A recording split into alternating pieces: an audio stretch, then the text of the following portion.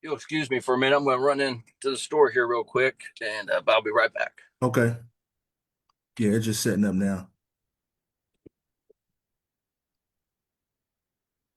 All right. So, welcome everybody. Thank you for joining. We're streaming live now on Facebook. So, we got a few new faces on here. We got our brother Vernon and Rob and Charles. So, brother Rob, I'm gonna let you open it up, man. Just introduce yourself, man. Tell us where you're from, how long you been a Teamster, and what craft you come out of. You gotta unmute yourself. Yeah, sorry about that. My name is Rob Nixon Jr. Out of Cincinnati, Ohio. Uh, been a Teamster since '97. At UPS. 4-year-old is gonna probably pester me. Um, Started UPS in '97. That's why you calling. Stay, Billy. Um, Been at UPS since '97. 9 years part time. The rest of the time full time. Been a feeder driver since '07. Okay. Been a steward for about the last 4 or 5 years. Me and Charles. Um, so yeah, we're pretty we're pretty aggressive stewards. All that time we had a steward in feeders in my feeder department that pretty much let the company just get away and do whatever the company wanted to do. And it's one of those things where you can sit back and complain, or you can get up and do something. So we decided to do something. We're pretty aggressive. We don't take no BS. So that's pretty much my story. All right. Got you. Brother Vernon. Yeah, it's Vernon. Yeah, what craft do you come out of in 1932? So just tell everybody where you come from real quick before we get started. I've been a steward for like the last 3 years. Okay. Um, I work over at the County Hospital Airhead Regional Medical Center for like 19 years. I'm a supervisor with the EVS department over there. But yeah, been a TBNC for like the last 2 years. Okay. Okay. Awesome. All right, so when Charles come back, man, we'll let him introduce himself. But just real quick, I wanted to go over some things. So over the last, I guess, few weeks, one of the things we've been talking about when it comes to this campaign with the Fearlessly is trying to change the Constitution to make it better for our members. So if you get a chance, if you look at the Constitution, it's very, very top heavy. And a lot of the rules and regulations, they kind of give carte blanche to the general president, general secretary, treasurer. And I think a lot of locals bylaws are the same. It's not favored for the membership. And we were on a call here maybe last week where we were talking to a group of members who were one of the members was asking about constitutional amendments and things like that because things do need to change within the Constitution and of course in the Teamsters in general. So one of the things we've been talking about, if you look at Article 10 in the Constitution, that's where you will find your per capita and how it is given to the IBT. Right now, each local pays 23% of their dues income to the IBT. Um, that is separate from if they're in a joint council or in a conference. So I did a little homework, and these numbers that I'm about to give you are based off of Teamsters Local 623. Your local may be different. I'm quite sure it will be. Your local, some locals are larger, some locals are smaller, but this is just for my local. So for the last 4 years, my local has given the IBT $2,231,450.34.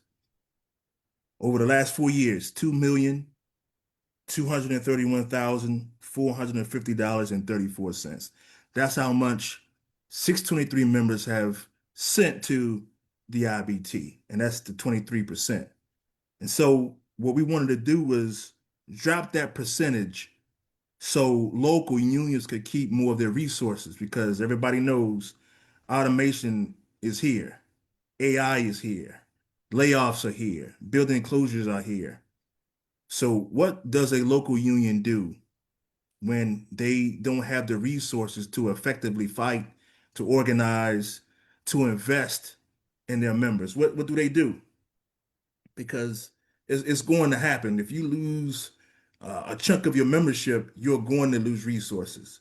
That's just the bottom line. But so what can we do to ensure that locals still have the ability to fight, protect, preserve, negotiate, arbitrate, and do whatever they need to do to push back on these employers?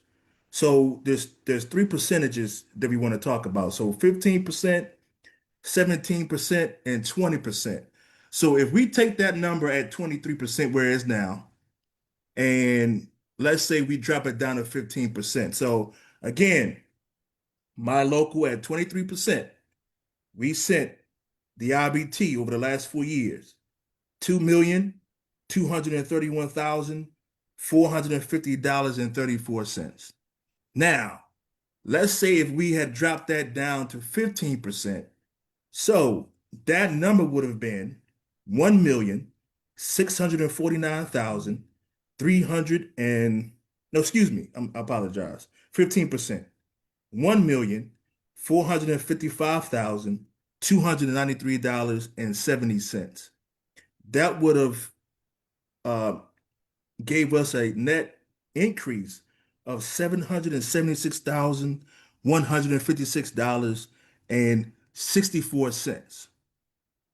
So we would have had over 4 years an extra $776,156.64. Now, what could a local do with those resources? Where you could hire an organizer, you could possibly hire another BA.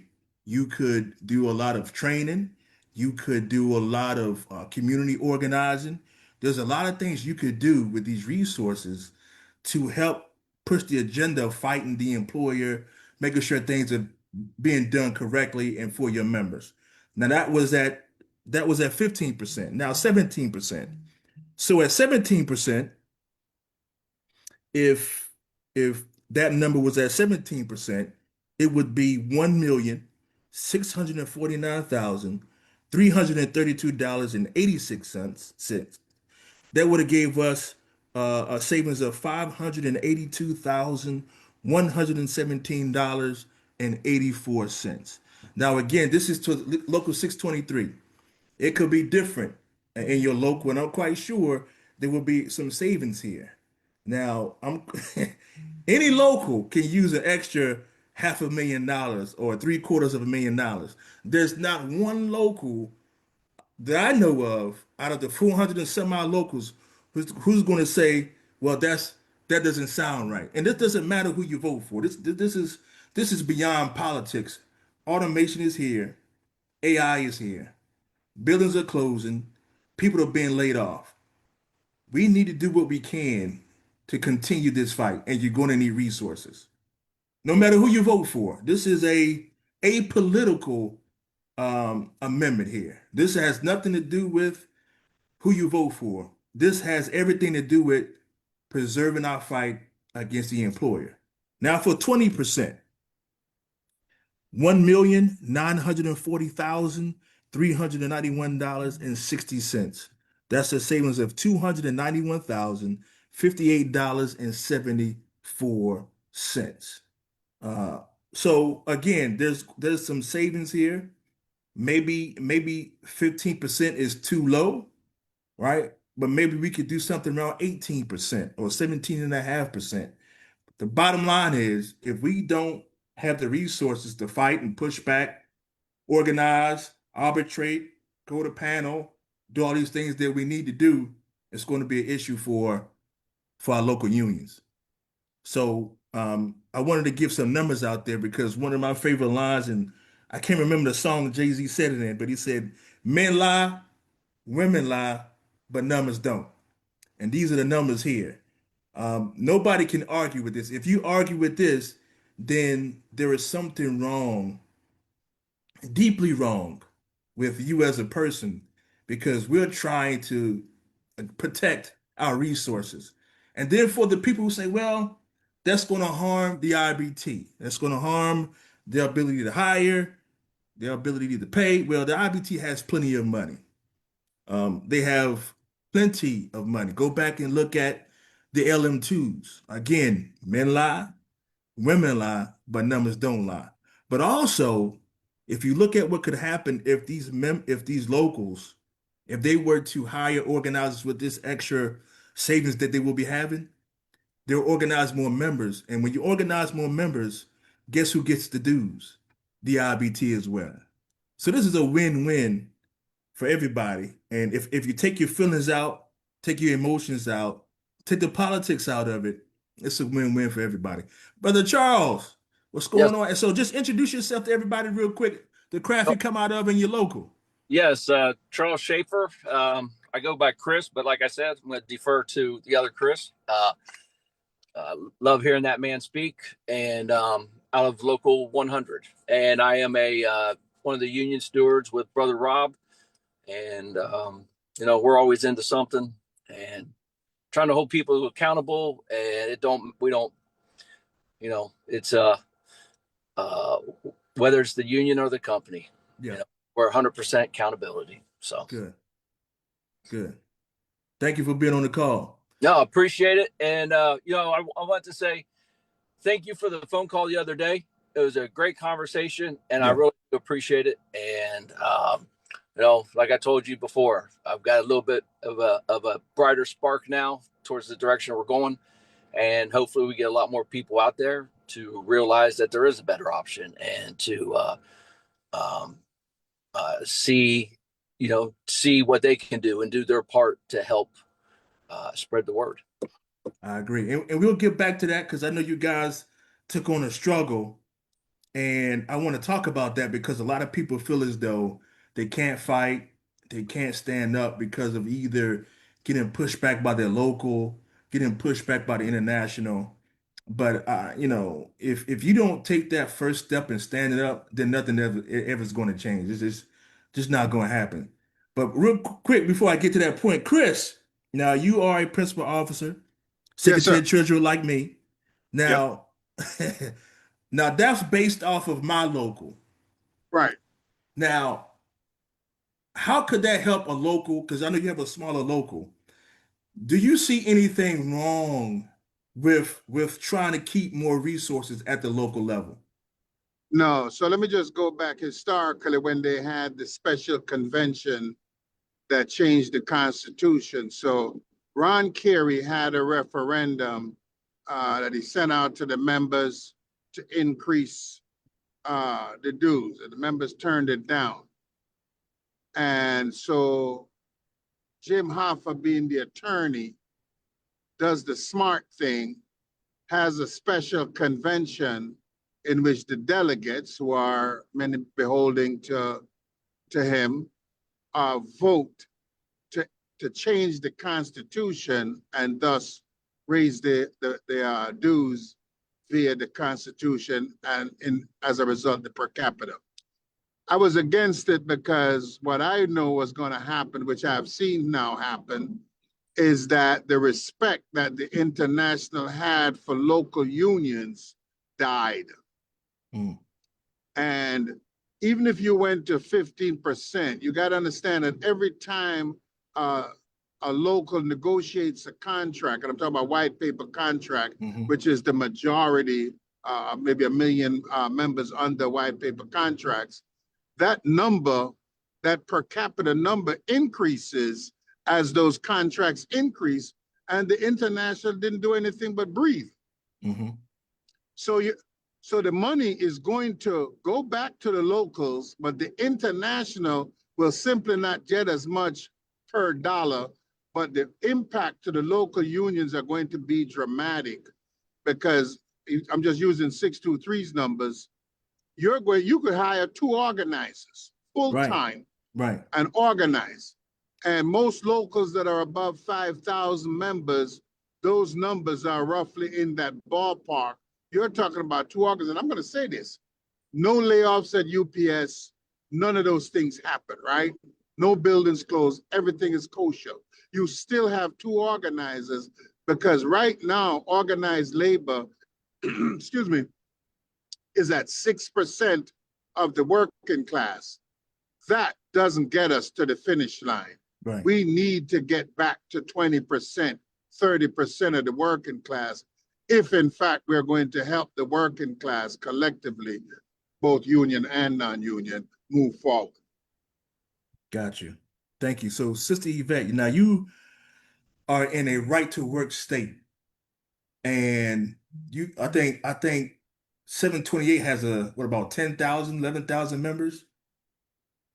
So, how do you see this impacting a local like that, especially in a right to work state?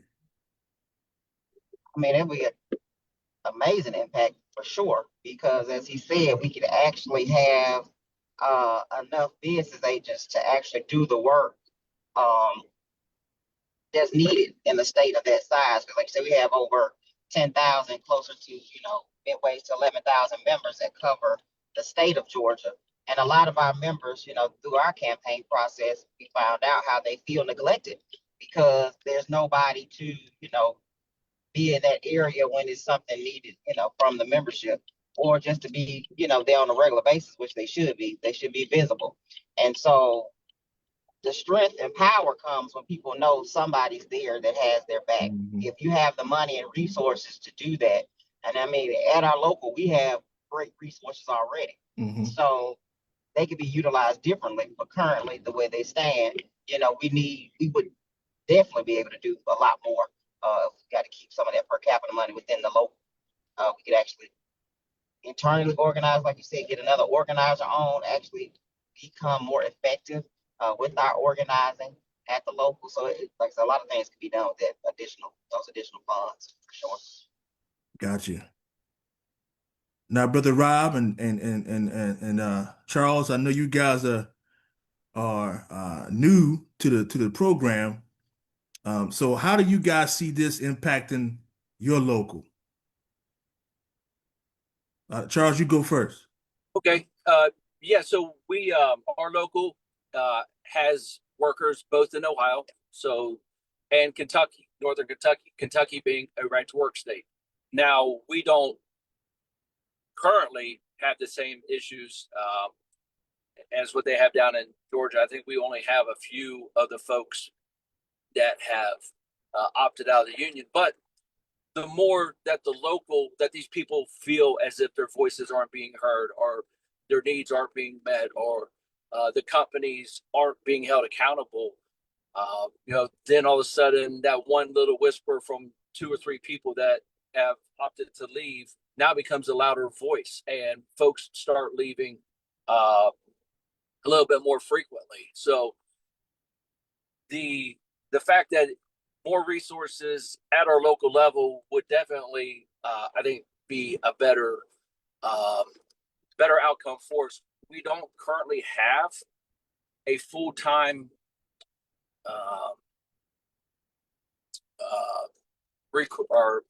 Organizer. organizers at our local.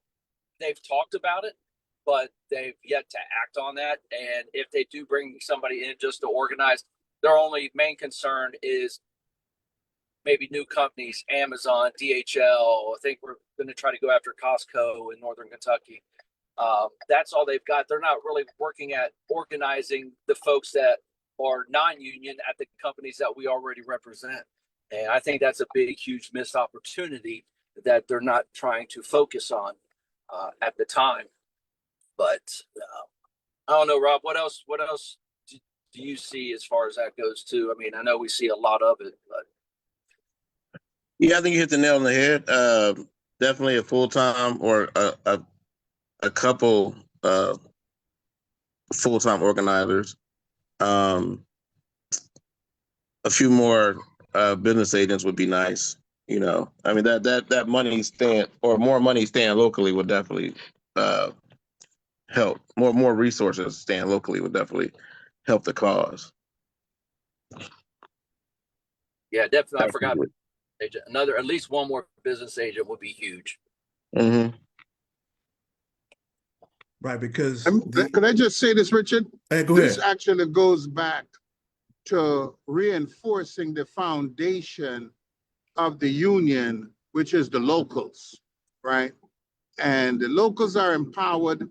They'll grow, which means the international grows.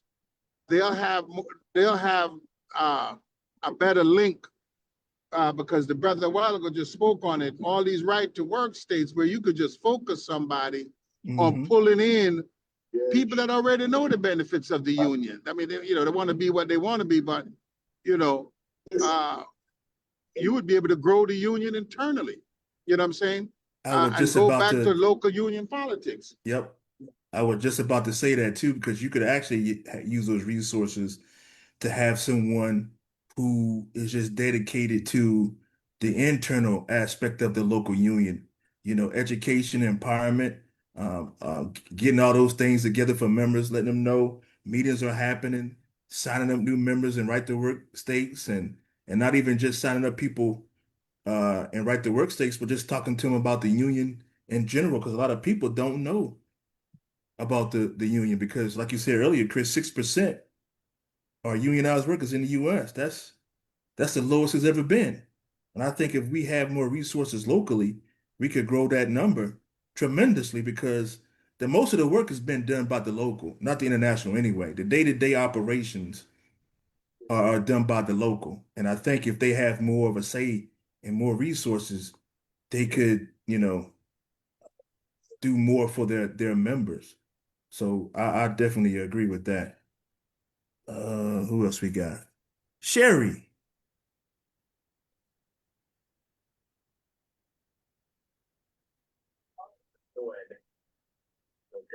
Oh, hey PJ, what's going on with you? Nothing.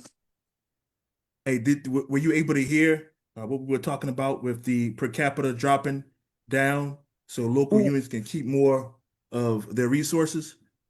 First of all, hi everyone. How How you you guys doing? doing? Good. No, I didn't. I just got on it. I just Okay. got out of church. Okay, good. Good. So we'll talk about that later on, but I do want Charles and Rob to talk about something. So um, right now there's going to be a lot of delegate elections going on from now until I believe March or April because the convention is next June. I believe it's the second week in June or the third week in June in Vegas.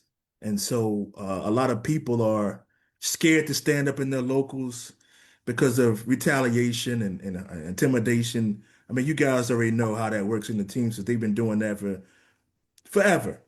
But these two brothers in Local 100, they ran in their delegate election, and I want them just to talk about their process of what what it looks like in their local because I'm quite sure it's going to be like that in every local as far as the process is concerned. So Charles, I'll let you go first, and then Rob, I guess you can piggyback off of what Charles is going to say. Well, first thing I would like to recommend to anyone who has not had their delegate election yet, and you have yet to turn in your name to be nominated as one. If you're running an independent of a slate, and maybe you might know of another one or two brothers or sisters that would like to run as well, do yourself a favor, get with those others and make a slate because that is where the um, manipulation, I guess, lies at, right? Rob and I did really great. Individual votes, we did really, really well. However, because the others were running as a slate, that somebody might recognize the name on that slate, so they would just vote for the whole slate. Had it been done individually, everything individual, Rob and I would have been right in there in the top five. We would have got a delegate, uh, but it wasn't. So yeah, please do yourself a favor. If you are running independent of a slate, and there's another one or two folks running too, form a slate and to get your name on that ballot, because slates will draw the vote. Somebody will see a name they're familiar with, somebody that they'd like is on that slate, and they'll vote for the whole slate. And then everybody gets a vote. So, Rob, is that pretty much what your experience was too? I mean, that's how I felt like. Yeah, absolutely. You know, I, so with our local, they hire an election company that runs elections or whatever, and I ended up calling this particular company's out of I think Pittsburgh or something like that, right? Pittsburgh. And I ended up calling that company, and they pretty much treated me like I was a redheaded stepchild, because I just didn't think it made no sense to me that we are all running for individual delegate spots. So our local carries 5 delegates. So me and Chris, it was 8 of us total that ran, and like Charles. So like Charles is saying, we should have got with that third guy and made up a slate, because I just didn't think it made sense that their 5 the guys in the hall, their 5 delegates ran as a slate. So, and I had a conversation with one of the guys, a couple of guys that's in the hall, and I told him, like, but me being naive, I'm like, you guys, it's like you're gatekeeping this whole thing. You know what I'm saying? I say me being naive because I've talked to a few guys in the last couple of weeks, me and Charles, and listen to you guys talk, you and Chris, and it's like, no, that's just how this thing goes. You know what I'm saying? Like throughout the whole country, Yeah. The local union halls pretty much run the show, and it's hard for anybody else to get in, unless you play the game. But so definitely get involved, and like Charles was saying, like if it's multiple people that's running, because you know what I'm thinking is that the halls don't expect other people to run for a delegate spot, and we were shunned because we were told, you guys are running for this delegate spot. It's going to cause the local to pay. It's gonna cost to run this election. When you got and we were told to stand down, basically. This, I always tell people, and I always tell people, like, I'm not a political person. This whole, like, you can't avoid the politics and all this stuff. You know what I'm saying? No, you can't. Trust me. I know. I've been trying for years. Dude. And me and Charles, we're not political. It's right and wrong is wrong. Yep. We have issues with now I'm on the soapbox, but we have issues with, of course, the company. And then there's times where we're fighting the company and our union hall at the same time. And this is one of those cases where we're fighting our union hall. They didn't want us in there. They did not want us in there at all. So, but I think that's the biggest lesson that we learned. If there's a few other people that's not in the hall that's running for a delegate, get with those people and then just form a slate. And in that way, you might not recognize Charles's name, but that voter might vote for the whole slate, and that gives Charles an extra vote. You see what I'm saying? Right. You might not recognize Hooker's name, but you recognize Nixon's name, and you vote for that slate. Well, that gives Hooker an extra vote, and that's how we lost. But they knew that though. They knew what they were doing. Yep. Yvette, I see you got your hand up. Yeah, I had a question as to what company ran the delegate election for you guys? It's called MK Elections. Okay, yeah, MK or HK, something like that. Yeah, out of Pittsburgh. Yep. Okay. Well, that's a new one to me because I know we got a few of them. That must be the third one because I think it's only like about 3 that they use throughout the country. Oh, well. So get that name out there because there's probably some people having some experiences with that same company because we find out a lot of stuff once we start putting the name out about how stuff is going across the country. So, Yep. Yeah, I'm sure they're going to be one of the ones that you're going to hear about. Wow. So what made you guys want to run in the election, the delegate election? Because I know when we ran in 2016 in our delegate election, to your point, Rob, it was the same thing. We didn't know really how the process worked, but we knew that we needed to change what was going on in the international. And that whole process was crazy to me because, you know, they didn't tell us. Like you said, they gatekeeped all information, don't tell you how the process worked because they really don't want you to go. I think a lot of officers, not all, I think a lot of officers, they get into these positions, they've been there for a very, very long time. They almost kind of see themselves as they're entitled to those spots and they don't have Yeah, to, they don't no longer have to work for those spots because they've been there for so long. And who are you to challenge me for this spot? This spot belongs to me when really all these spots belong to the members. My spot does not belong to me at all. I'm renting it for 3 years. And right. then after those 3 years are up, the members may say, hey, Hooker, thank you. We appreciate what you did for those 3 years, but we want to go another way. And they have their right to do that. Because again, just to let everybody know, over the last 4 years, my local sent $2,231, $450 and 34 cents. So they have a right to run because they spent their money. They have a right to voice their opinions. They have a right to run. If you pay dues, you have a right to dissent. You have a right to speak up. You have a right to fight back. You have a right to go along with the get along. That is your right. The issue is a lot of these people, they don't want you to exercise any right. I'm the king. You do what I say.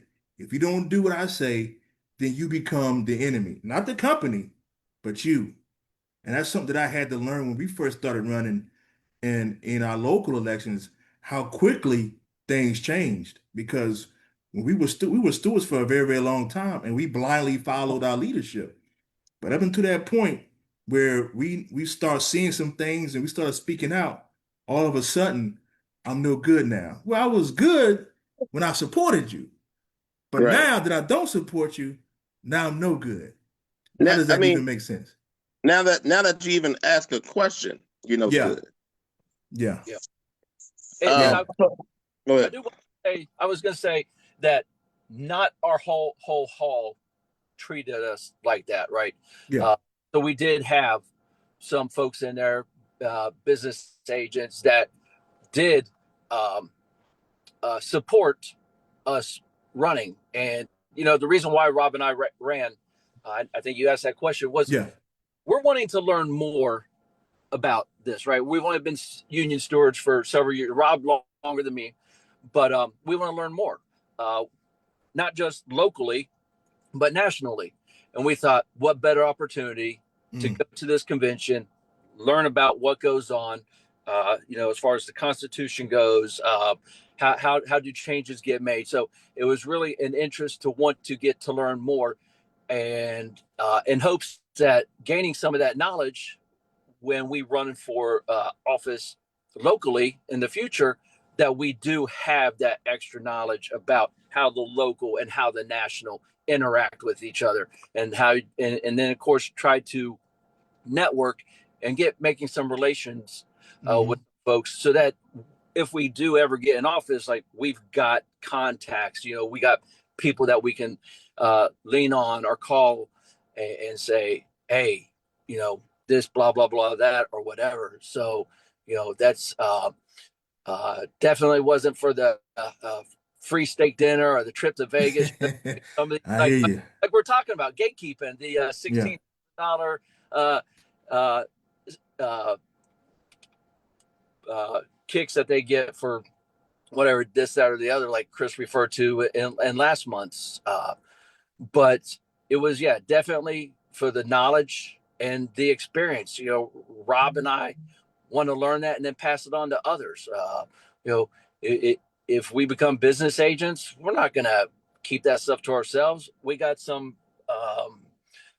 union stewards, like, hey, come shadow us for a day or two. Let us get you learning this, how to go about this. Because when we leave office, if we've done anything good while in the office, we want somebody behind us to pick that up and keep it Yeah. going. Yeah.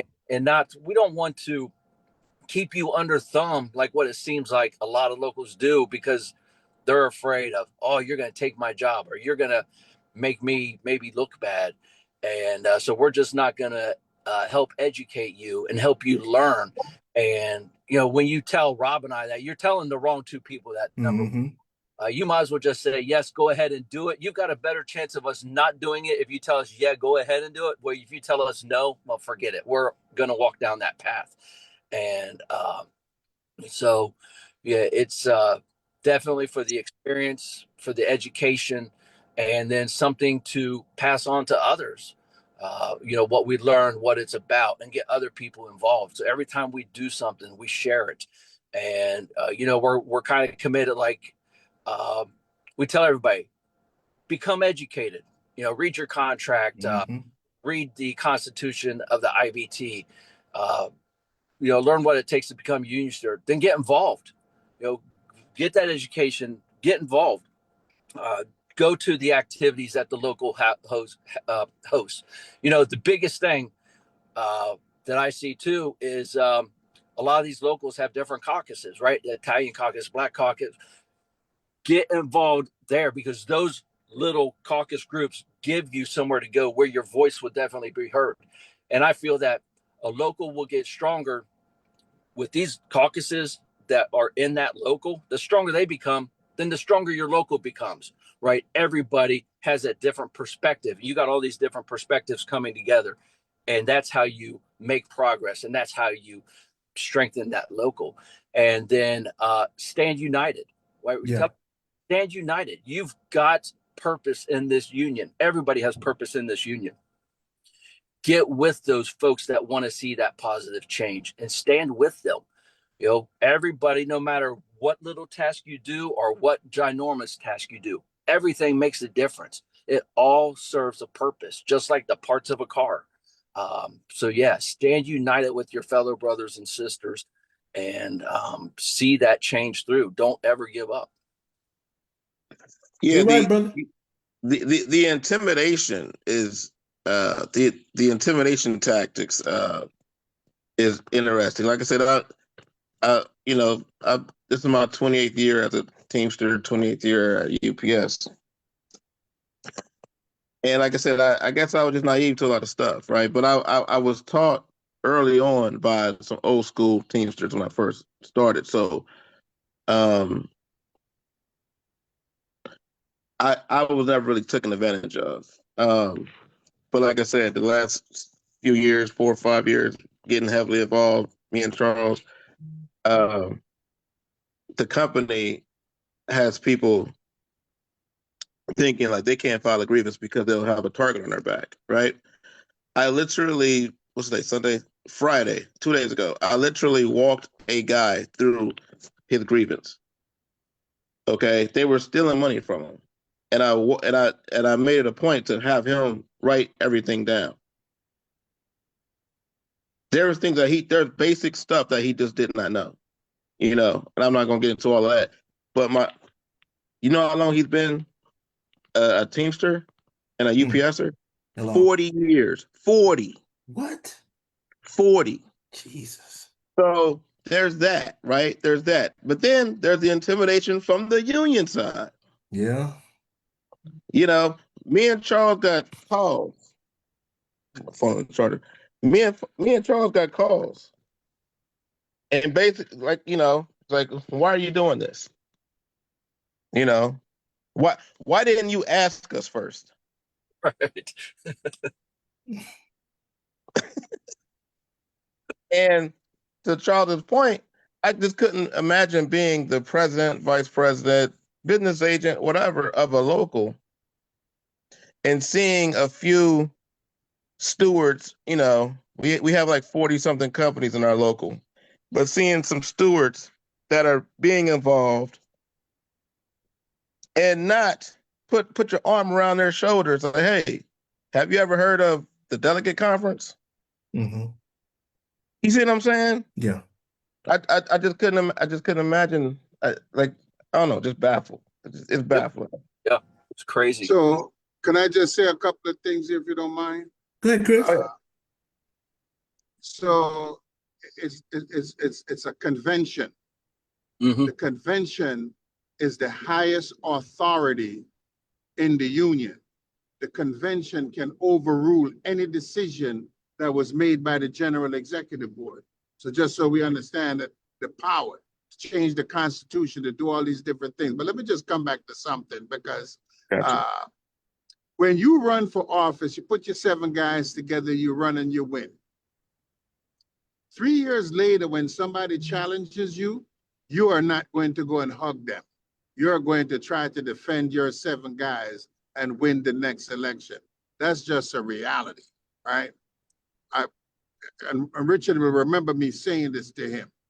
Your work stands up for you, right? Yeah. So if you're doing the work and people appreciate the work, presumptively, they will vote for you. Now, there are other things that come into play that sometimes can push it apart, but that's the way the game is played.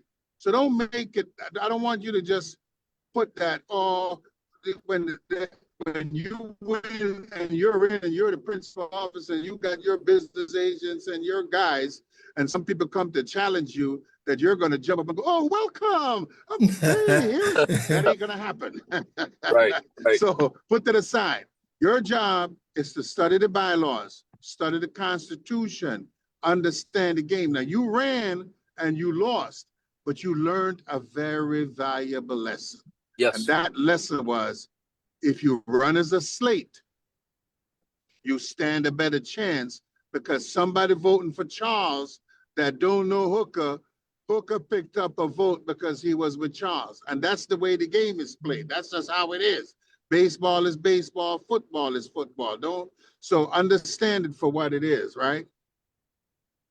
The Yes. delegate convention is something, yes, there's free food and what have you, but if that's what you're going for, you're in the wrong business. Yeah. Oh, yeah.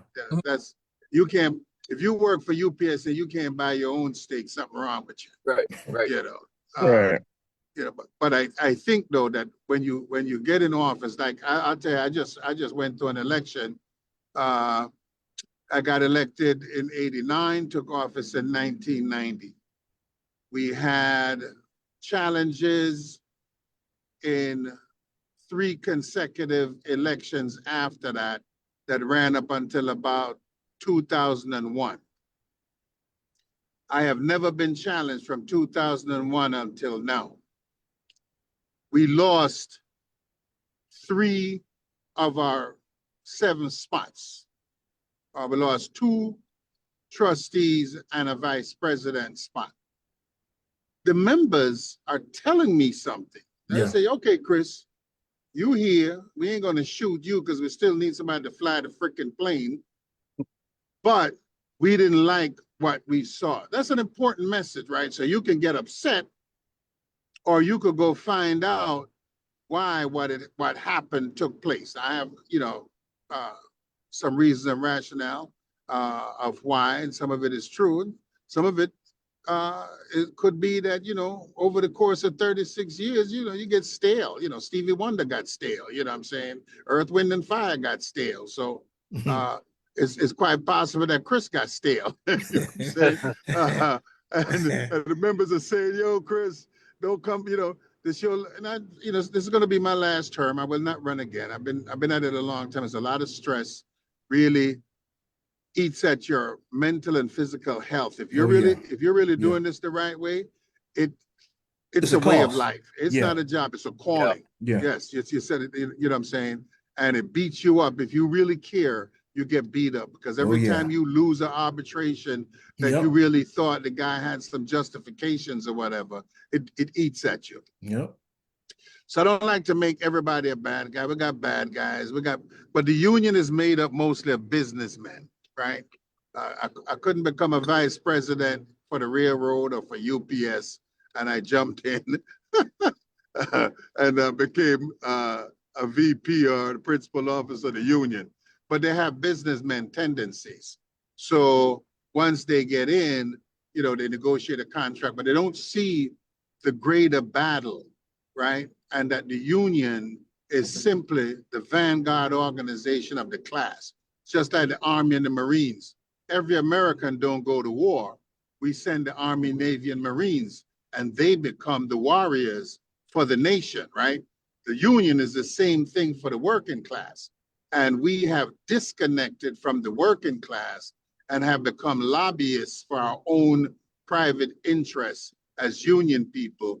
And we have to reconnect to the working class in a meaningful way, right?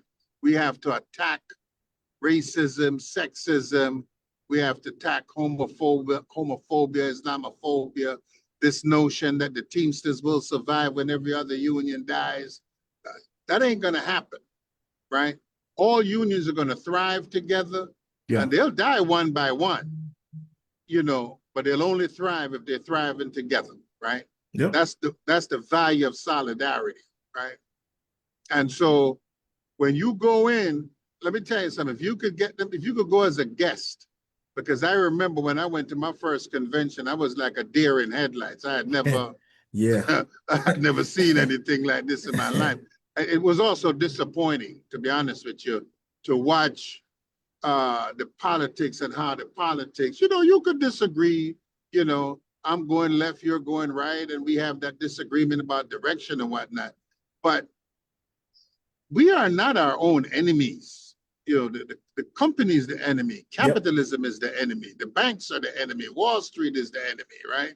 In some cases, I might dare say that our pension funds are the enemies, because our pension funds do well when Wall Street does well, which means that the workers are not doing as good, right? So it's really it's a multi-layered thing, but don't be disturbed, right? You just go back, you learn something. The next time you run, you're going to put a slate together, and you're going to study the Constitution, you're going to study the bylaws. And I dare to say, and I say this to Rich right now, that I would never be opposed to the International having, 3-4 classes a year in which it taught people about elections and stuff like that. We used to do that in TNBC. I think members have a right to know. I had said to him about having a pre-convention, so that members who wanted to say something could come to the pre-convention and say something. I mean, we find pearls in oysters, right? I mean, some sand aggravates the oyster and it creates a pearl. So you need to embrace, you can't be a revolutionary and fear revolution. So you need to embrace the agitation that comes, because you're going to find yourself sharper. You're going to find yourself more nimble on your toes in terms of moving, because you're hearing what the members are saying. So I would dare say that, don't be disturbed by losing. Learn lessons from it. That's my point. Thank you. Yeah. No, Chris, you're right on it. We definitely learning those lessons, but I think it's motivating for us as well. And to your point, Rob and I have discussed looking into going as a guest. I'll pay my way to Vegas. I definitely I want to see the politics involved in it. So we definitely have talked about going out there on our own dime. We do have a local that pays for all the delegates their trip to go out there, but yeah, not opposed to that because No. They're constitutionally mandated to pay for the delegates. They don't okay. have a choice. Oh, okay. All right. So, but yeah, no, we've definitely discussed that going out there and just checking it out. Even though we didn't win the election, well, we're still talking Yeah, about. it's a learning experience. Let me tell you, it's very eye opening. Very eye opening. Yvette, I know you got you've been had your hand up for a while, sis. Go ahead. Yeah, I was going to speak on what y'all were mentioning earlier, how the treatment goes, which is crazy. How you're the greatest steward or you're the greatest this until you run for office, and then all Yeah. of a sudden, it was disheartening for one of I know it's been probably over almost 40 years that this person has been in the union, to say that I admire her as a union activist, but she can't run a local. I don't think she's qualified to run a local. And I thought, well, how crazy is that? I think we should have a union activist as a president of our local, because in our Yeah. local, it was the president, and then the secretary treasurer is number two. So it's very funny how you check all these boxes, until you decide to make some inroads to make some real change within your local. And for the ones, and I understand, okay, if people run against you, yeah, of course you're not going to be excited. But I really appreciate Brother Chris saying that if I'm a principal officer and somebody says they want to run against me, I want to talk to them sincerely. Like, hey, what is it that you think needs to be done? Where do you think we're lacking? What can we do more? Like, find out what's needed and sincerely try to fix it. If you're not doing what's necessary, get the viewpoint of the membership that feel like something needs to be done differently and try to fix it. How about even bring those people in Yeah. and try to them help fix it or help move it the way in which you think, because nobody's just running for the hell of it. You know what I'm saying? I mean, it may be some people, but it's a lot of work, a lot of effort, and it takes money to actually run in an election if you want to successfully win it. And so, and nobody's just doing that to be doing it, because people have to work every day. We still have to Yeah. work. I Yep. mean, I had to still get on my truck, so I had to utilize vacations. I had to utilize my days off to campaign all over the state, which is not easy. We have 74 locations in this state. Ooh. And so for us to try to do that, it's not a game to us. This is a passion. This is something internally that I feel like it's supposed to be done. Educating our members is something that I can't get enough of saying. Like, you can't say that enough, because that would change the dynamic of any member's work life if they were educated. Just simple things. The basics. Like you said, somebody been there 40 years. It's people that's been there 40 years, never filled out agreements, afraid. Man, you got 40 years. Listen, at this point, you know what I'm saying? Because I have one Yeah. like that too. Got almost 50 years and, afraid to file a grievance when they're harassing them because it's age discrimination. You see what I'm saying? Things Hmm. are happening and people are trying to get pushed out and other things are going on, but they are too afraid because they don't feel like they have the backing from somebody. Yeah, of course, me the steward, I'm gonna always rise and fight, and I don't mind taking UPS to court. I file labor board charges. I've had my division manager on the stand. I've called the police on my division manager and put a warrant out for him. I Mm. don't mind fighting, but somebody still should have my back past the building, right? And Yeah. so if I feel like I'm doing it alone, that's crazy. We shouldn't Yeah. feel that way. Our locals should be supporting their stewards, supporting their members in their fights within their locations. And so the companies won't feel like they can get away with things because they know the union leadership gonna come down here hard on them if they're messing with their members. And that's the type of um, support the members need, and that's the type of fear the company should have of the leadership. you know and you would stay there. Would nobody run against you if they felt secure and safe and that Hmm. their needs were being met. Now we do have that, like you say, sometimes people are being inserted in because somebody wants to take over for their own agenda. but that's a different thing. But if we really need some assistance and our members really need this help, it should be there for them. Not because they voted for you, but it should be there for them regardless. I mean, they're paying you for, and they elected you for this job, and it should be done right at the end of the That's day. true. So that was just my 2-3 cents. And it's good to know that you can just go to the convention on your own. I didn't even think about that. If you don't win your delegate election, just so you can get that experience. So I'll make sure folks know Oh that. yeah, it's an experience. Mm-hmm. But Yvette, you touched on something, and go ahead, Mama Spears. You know what? I will I have stepped out for a minute, but I did hear a little bit. In 2016, when they had the election going, Mhm. I was very shocked and surprised to see how people treated people. I didn't like that at all. I was very, very shocked. And then because I was a delegate myself, I was with 2010 as a delegate. But I just I'm hoping and praying this year they don't do that again. Because that I was don't think they can. I don't think they can I hope because not. if they do, then you're no better than what you said that you were going to be different from, right? And we'll Right. see. We'll see what happens because that was very interesting what was going on out there. But Yvette, you touched on something about this fear, and I know we got a few people on here that's new, and I just want to hear from them. And why do we think that people are afraid of the company and or their union? Why do you guys see that? I'm gonna start with you, Charles. Why do you feel that people are afraid of the company and the union? Boy, put me right in the hot seat, first one out of the gate. So, uh, you know, and the examples that we have at our hub, people either have a good start time, a good bid route, um, and they don't want to jeopardize the company maybe canceling their route, changing that start time, the retaliation. And but Rob and I are very adamant about like, hey, this is your money. This is they're treating you this particular way, disrespecting you. File that grievance. Let's get that retaliation action so we can turn around and hit them with another Article 37 or the NLRB, which I know right now that's a hard tool to use. Yeah, But yeah. you know,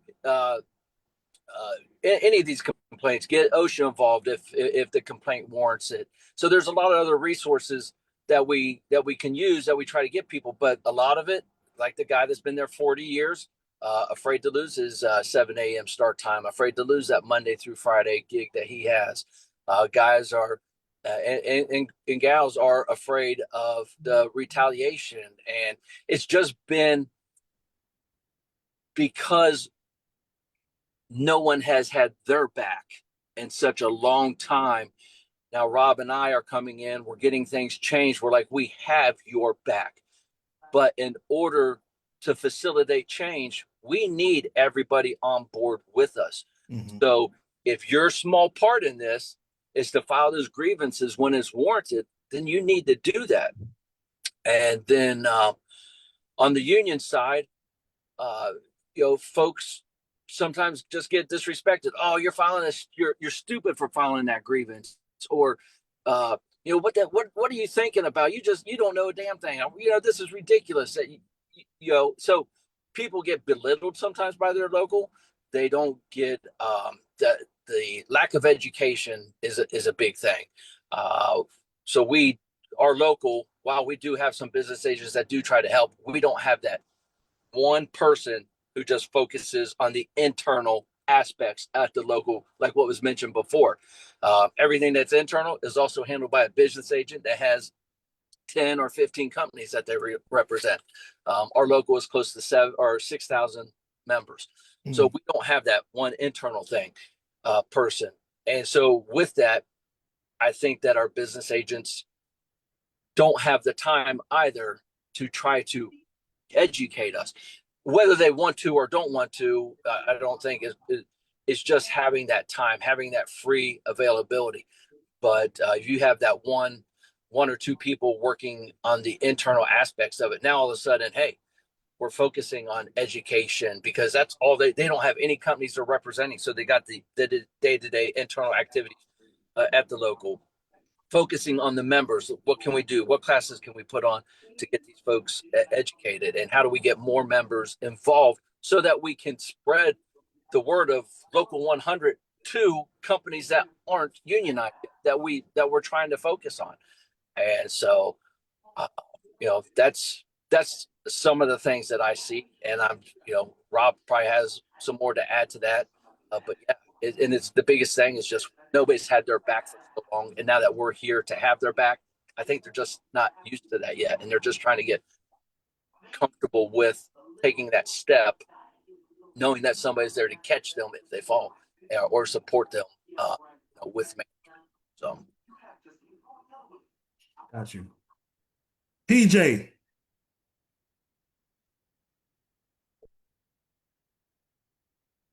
PJ. All right. Let's go to Vernon. All right. All right, Rob. Why do you think that members are afraid of the employer and the union? So it was interesting. So when I started part-time, I was in the Cincinnati hub. And then when I went full-time, I went to the Sharonville hub, which is basically a suburb, Cincinnati. And that's where I am now. Going to Sharonville, like Cincinnati it was a different mentality, right? You got a bunch of cats from the city, you know what I'm saying? Black or white, we're all, grimy. No fear, right? And and it was a smaller building, so the union stewards were hands-on, more hands-on. Going to Sharonville was the first time I heard the phrase, I don't want a target on my back. So it's the boogeyman of, I don't want a target on my back. You know what I'm saying? On top of everything else that Charles has said. And when people tell me that, I tell them, like, there's retaliation, there's federal laws, there's state laws, there's company policies that protect you from the target on your back. You know what I'm saying? And then, also from the union side, you have, I get a lot of complaints because he's not my business agent, but I get a lot of complaints from people that works in a different department that I'm in, that, their business agent don't have their back. Their business agent, like the hall is making deals with the company. Me and Charles have experienced that, where the hall is making deals with the company or the labor guy. So there's that, where people just don't have people just don't trust, number one, the process, let alone their union representation. And you have these managers that are straight up bullies. You know what I'm saying? Oh, yeah. So you get bullied by the managers, and you don't feel like you have a safety net behind you with your local. So, Got you. Yvette? Yeah, I just wanted to make sure I remind our members. So the National Labor Relations Board, locally, your local offices are functioning fine. So we still utilize those as tools. I file them. I mean, I got a case waiting on the judge decision now, and 2 more cases out, and just filed another one. So they're working, here locally. Of course, if you're trying to become unionized and all that, they don't have the quorum in order to do the stuff from the top, but still utilize your local offices, because don't shy away from it, because all the drama and other stuff going on. Continue with your fights and your paper trails, and going after these companies. And even, I mean, people do recognize you can file labor board charges against your company, but you can also file labor board charges against your local, or even if a steward is doing the wrong thing. So that's one thing I used to tell people during the campaign process. If I'm not doing what I'm supposed to do, you can file labor board charges on me. That's something they're not going to tell you, because they're not going to be trying to open that door so you can, do that. But if you're doing what you're supposed to do and you're rightfully trying to do right by the membership, you shouldn't have that worry, right? And so you wouldn't be looking at all these labor board charges being thrown at you left and right. But yeah, definitely keep utilizing though the labor board, and then the EEOC, whatever may work out for whatever situation it is, because of course different laws for different states. But that's why we need to know what they are. Um, as stewards, to be able to alleviate some of that fear. If you know your rights, I mean, I'm one of those that file grievances, and I'll include laws on the grievance, because our contract says, this contract is not above any, state or federal laws, any local laws, any laws will supersede what's in our contract. So I therefore use that, because like you say, the company likes to steal from us. I know UPS does. I'm not sure about all the rest of the companies, but UPS is big at wage theft, where they change our pay codes. So myself and another sister that's on the call now both filed for the entire state, and asked for the money. And I put the law on that would allow us to go back 3 years to collect. And they deadlocked it, because they're like, well, she can't file for the state. Well, I mean, I filed before for a building. And so the company continues to do wrong, we're going to take it up a notch, right? So definitely, UPS has taught me how to fight against retaliation. And they help me fight against the stuff that goes on within the local, unfortunately, because we've been taught how to fight with UPS all these years. So therefore, we learn that there you have to be a fighter if you're gonna survive at that place with your sanity. And so like they taught us well. I said we've had the best teacher with UPS I hear when it comes you. to retaliation. Mama Spears.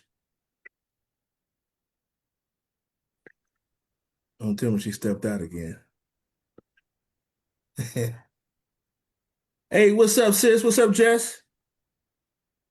What's up, Richard? How you doing? I'm doing good. How are you? I'm doing all right. I'm doing all right. Doing good. So I gotta ask you, right in the hot seat. Why do you believe that our members are afraid of the employer, fighting back against the employer, and also afraid of the union? Why do you think that is? I would say, obviously fear of retaliation. We see it all the time from our employers. Um, and, a lot of our members, they don't feel like the union has their back, right? Whether that be the very first step. Some of our members don't even feel like their steward has their back. Mm-hmm. I come from a building where I'm trying to build that back up, because a lot of members shared with me that, when they had to get assistance from their steward before, the steward often sided with the company. So, what was the point of calling for the steward when it was just like, the steward was going to say the same thing that management was saying? Mm. And, on top of that, I've had members that tell me, they didn't want to deal with the business agent because they don't like how they're spoken to. They don't like what the business agent has to say. And I tell people, I'm happy to be a middleman. You don't have to go directly through them if you don't want to. Our members, they don't feel heard. They don't feel supported. And a lot of them just feel like they're just not going to do anything since nobody's really got their back. Mm. Got you. Man, that seems like a reoccurring theme on this call. And talking to members, you'll hear that, and that's one of the things that we ran on when we got elected in 623 was a change that transform that mindset. We wanted people to always know that we had their back and that we were going to fight, no matter if we lost or not, that we were going to show up and we were going to fight. Because I think that's what members really ultimately want. They just want you to be present. They want you to be honest. They want you to be accountable, and they want you to fight. They know you're not going to win everything, but you got to be honest about it. You can't come back and tell them a whole bunch of BS because you don't want to tell them the truth, because that doesn't help anybody. So that's good. Chris, I got to ask you too, brother. You've been around long time. You've been in this organization longer than some of us have been alive. Why do you believe that, members are afraid of the leadership in the union? Now, I know Chris driving. Well, everybody gone. PJ, you back yet?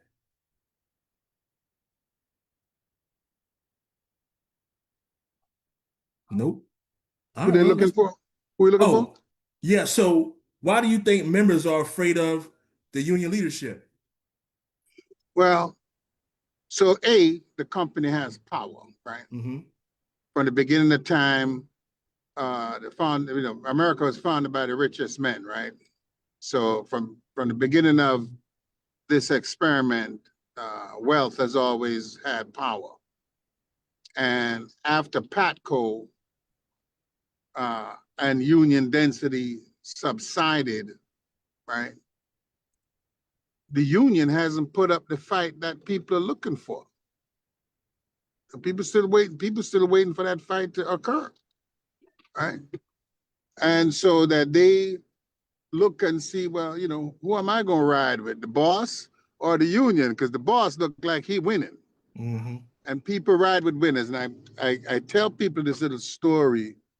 I was in an airport and I saw a kid with a Chicago Bulls t-shirt.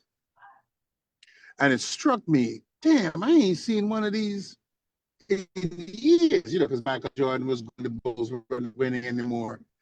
And it dawns on me that people saddle up with winners. When the union is seen as a winner, and you alluded to this, and I think this is absolutely true. Members want to know you're fighting for me. Members want to know that you're telling me the facts, right? And I tell people, don't overpromise. Don't go in there talking all kind of wild talk and things you can't deliver on. Be straight up, be honest, go in, tackle it. People will see it. People will see the work and they'll go, oh yeah, okay, he doing what he's supposed to do, right? What we tend to do is we tend to oversell. Oh yeah, man, I'm gonna go in here, rah, rah, rah, rah, rah. And I remember looking at someone, I don't see none of that happening. Mm-hmm. What were you talking about? And I think you go in and be very truthful, be very open. I don't like the word transparent because every time I hear it, it looks like the place gets murkier. But Mm-hmm. but I think you're open, you're honest. People recognize, recognize when you're genuine, and they respond to it, right? So that's how I view it. You know what I'm saying? But people have to remember that the company has power and the members know it, right? And if the member thinks that you have left them, and we're also in a world where they don't trust nothing. Mm-hmm. And I've realized that, in my union, these members don't trust not one thing at all, So you have that going on at the same time in which, the members look and he's going, man, yeah, he told me that, but I don't trust him.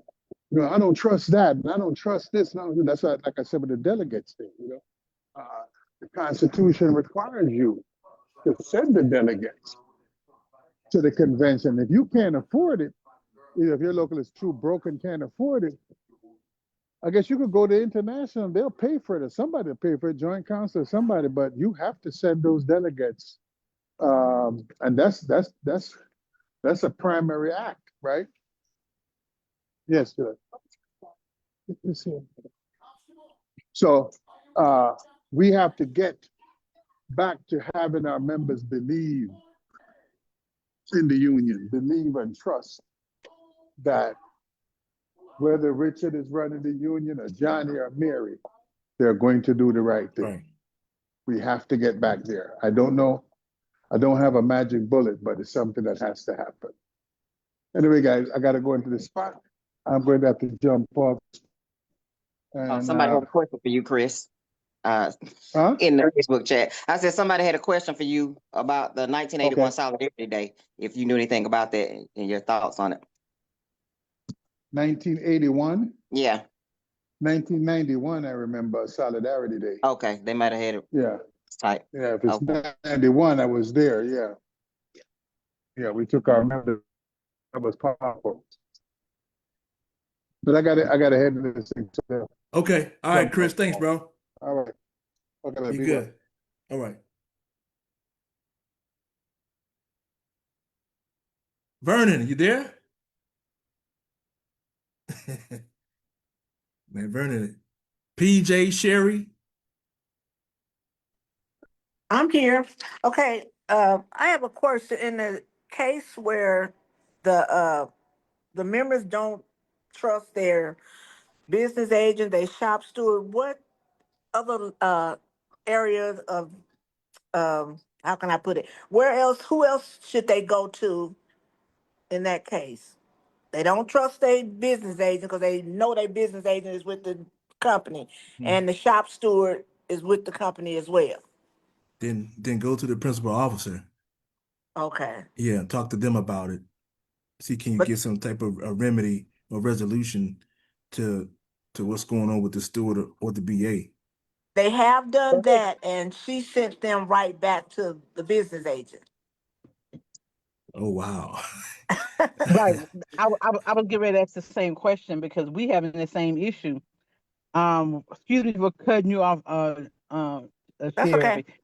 But the sad part about it is when you got an issue and you go to your business agent and then you go to the director, then you go to the principal officer, everybody like they don't want to do anything. I mean, they don't want to do anything. And as you guys was talking earlier, why the members are afraid of the principal agent, a lot of somebody said, Jason, well, yeah, why not? I don't care.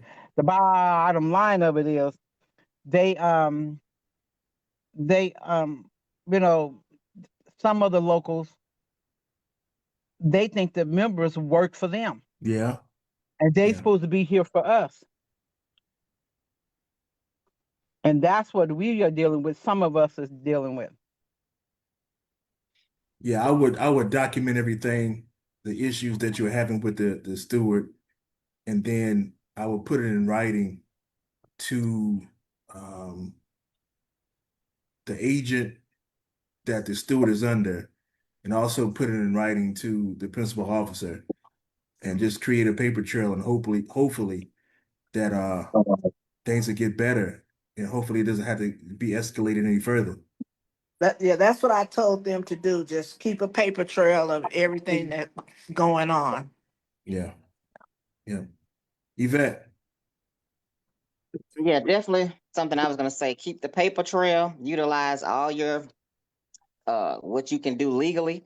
If you're in a state that is a one party state where you can record, as long as you're part of the conversation, utilize that. Utilize everything you can utilize, and then look at what time frames you have for, like, for example, labor board charges can be filed, but you have to do it within 6 months, 180 days. You need to know what your time frames are. And so if they're doing stuff, they ain't got no business ignoring situations that are, something they should be handling. Then, like you say, you follow the procedures. Hit the Yeah. steward, document it the whole way, hit that business agent, document it the whole way, take it all the way up to that principal officer, all documented. And then if nothing is done, make sure you do what you need to do within that 6 month time frame if you have to go further.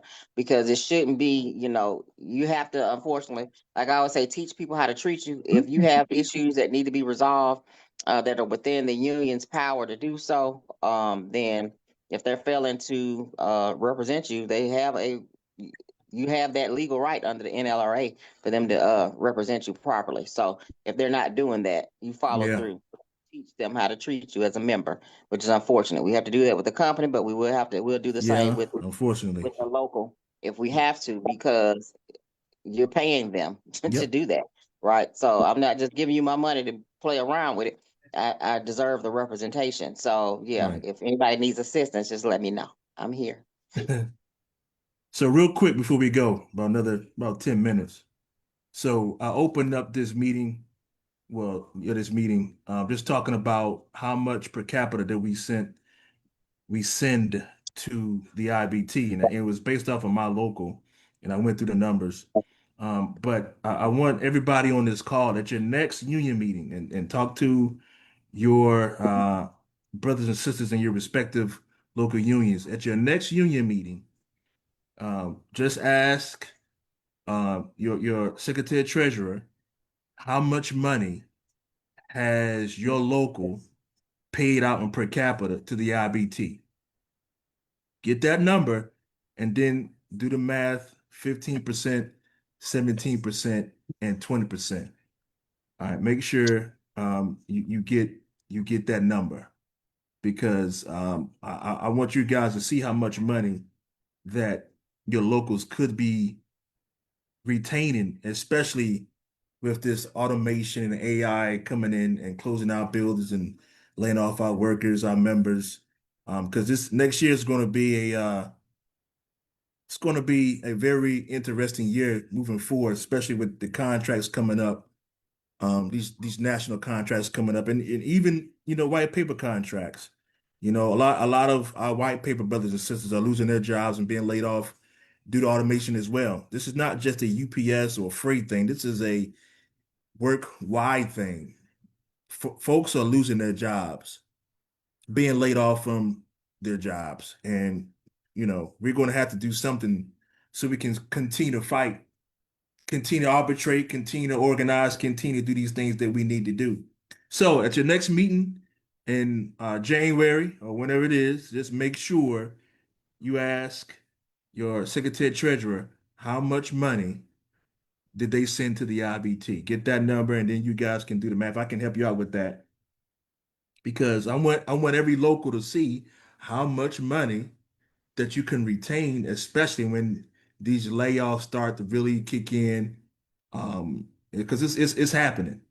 I think we saw somewhere was in North Carolina, the Kinston building has closed, and then another building in California is closed, and then I'm quite sure next year when our not my building, but the building across the bridge over here in Lawnside, once they open back up, those folks are going to go back over to Lawnside. So we're going to be losing people left and right.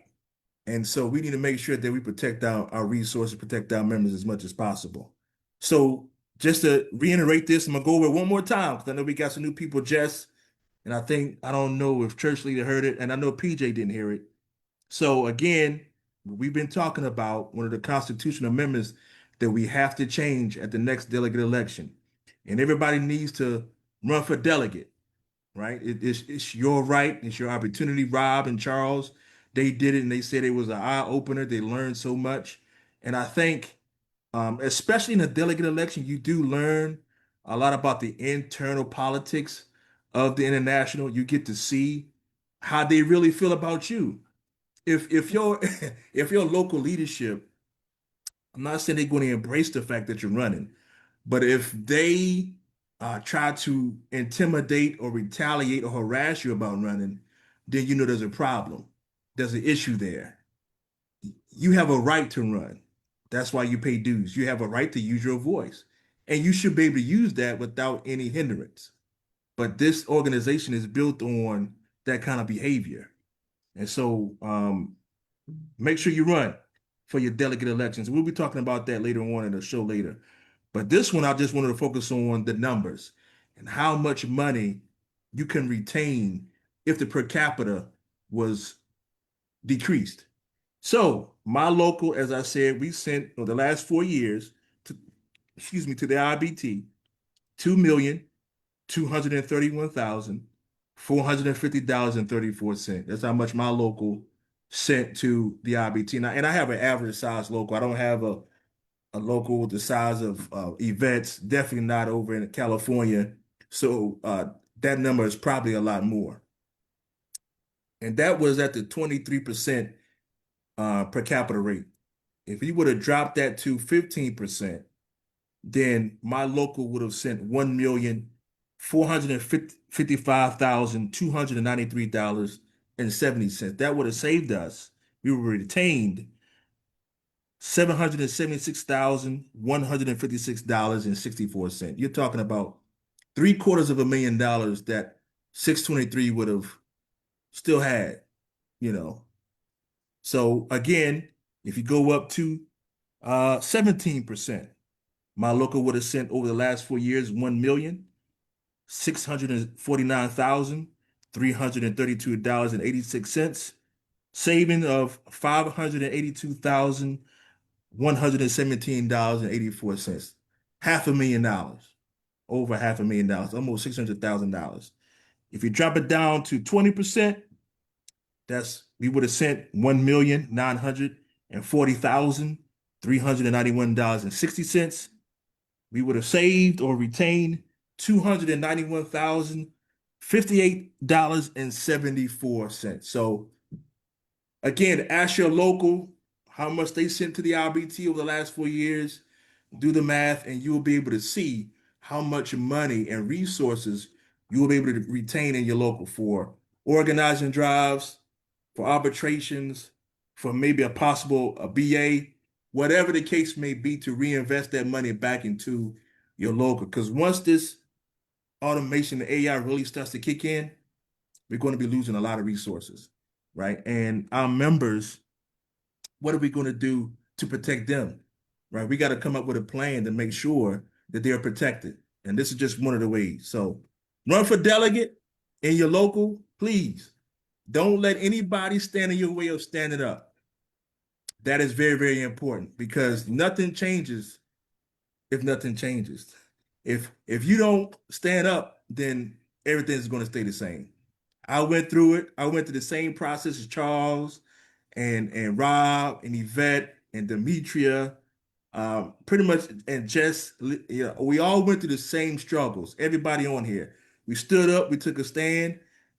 They beat us down. We kept getting up. They beat us down again. We kept getting up. Now we're to the point in my local where this past October, for the first time in my local's history, we ran unopposed. The incumbents ran unopposed, not because we're perfect, not because we do everything right, but because we're open, we're honest, and we're accountable, and we make sure that we fight these employers. And we transformed our local, and that's what we need to do to our international. Got to transform it, because right now, you see what's happening. The flirtation with Trump administration, Kristi Noem, all this stuff, contracts falling apart. A lot of the same stuff that's been plaguing us is still plaguing us. So people got to take a stand, and we got to fight back and push back. So I'm gonna get out of here. So next month we gotta do another show. Yvette, what date looks for you in January? Everybody, what looks good for everybody on here? It's gotta be on the Sunday. My January is open so far. Okay. What's this? My January is open. So what about January the 11th? That works for everybody? Yep, good for me. Yeah. All right. Yeah. I think so now, Pete, Okay. is that good for you? Okay. Okay. Rob, is that good? Good Yeah, for you? I was just looking at my calendar. That's good with me. Okay. Yeah. I'm gonna put it down now. So January 11th, we'll have our next call, Okay. and we'll talk about some We'll other be on. things. Yeah. All right, good people. Well, you guys have a good week and a Merry Christmas and a Merry Happy New Christmas. Year. Same to you. Yeah. Make sure Uh-huh. y'all spread the word, man. We got some big elections coming up next year. Delegate, fearless slate, all that kind of stuff, man. It's very important that you guys vote. Go to our website, befearless.org. Look us up. We've added a few more people to our slate. We're going to be adding some more here soon. It is very, very important that people understand that there is a better option. And guess who that option is? It's not me. It's you. The You are members. the better option because we represent you. And you guys have the power. You guys are the better option. You know what? Before I go, I do got to say this.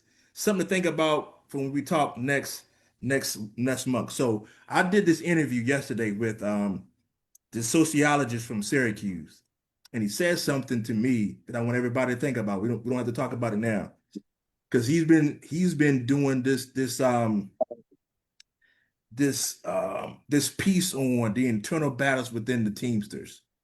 And he was saying that the people he talked to, and there's people from both sides, people who like the current administration, like what he's doing, and then there's people who are in the middle, and then there's people who don't like him at all.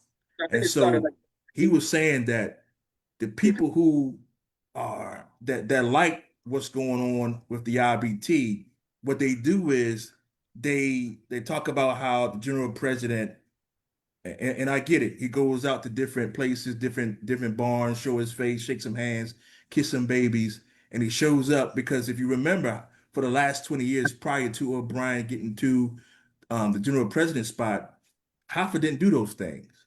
He didn't go out and shake people's hand and go to the buildings. If he did, it was probably for some type of campaign or something, but he never went, from what I saw, he never really went to go check on the members. O'Brien does that, right? And then he shows up on the picket lines, give a big speech. People like that. One things that drives me crazy about Teamsters, we get so enamored by a person's speech that we forget about the actions. After you done rah me to death and woo hoo hoo, we ready to go. How has that changed? What changed with my employer after you done got me pumped up? What have we done?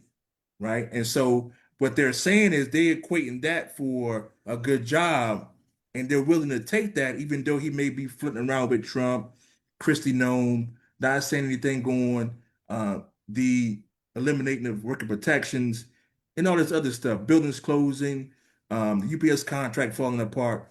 They are saying they're willing to take that because of he's showing up to the buildings and these rah-rah speeches because there was no activity under Hoffa. And so that's what people are telling him. Then the people that are in the middle is like, well, I don't like this part, but I can't say anything because he may come in and retaliate.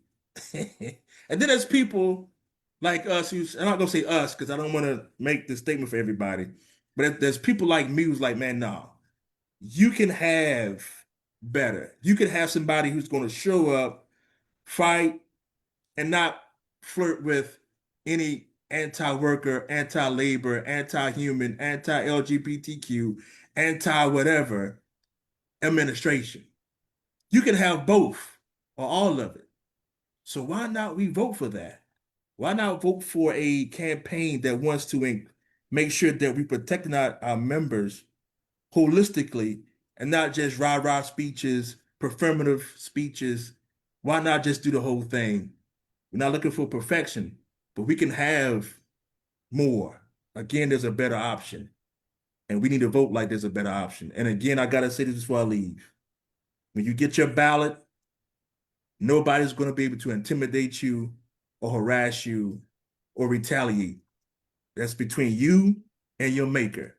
When you get to the delegate convention and you go in that booth, I'm telling you, they're going to be telling all kind of things about the fearless slate, not qualified.